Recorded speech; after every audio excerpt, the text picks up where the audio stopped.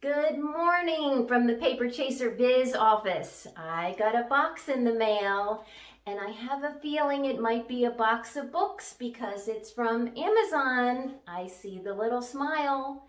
So how about if we spring these books out of the box? This is the next milestone, I guess, in publishing is getting your author copies from Amazon KDP.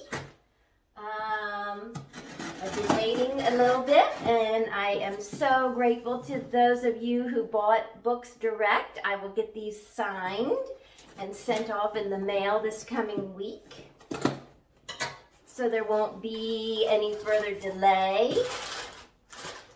It really is.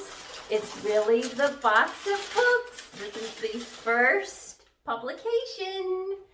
There's the little book of poetry homework. Look, one for each hand. Oh, there we go. Making Women's History Month. Can't wait to get them in the mail to you. And thanks again for buying direct and for buying on Kindle and paperback to come directly to you. A portion of the proceeds goes to the Harriet Tubman Monument in Beaufort, South Carolina for their building and installation. Thanks again.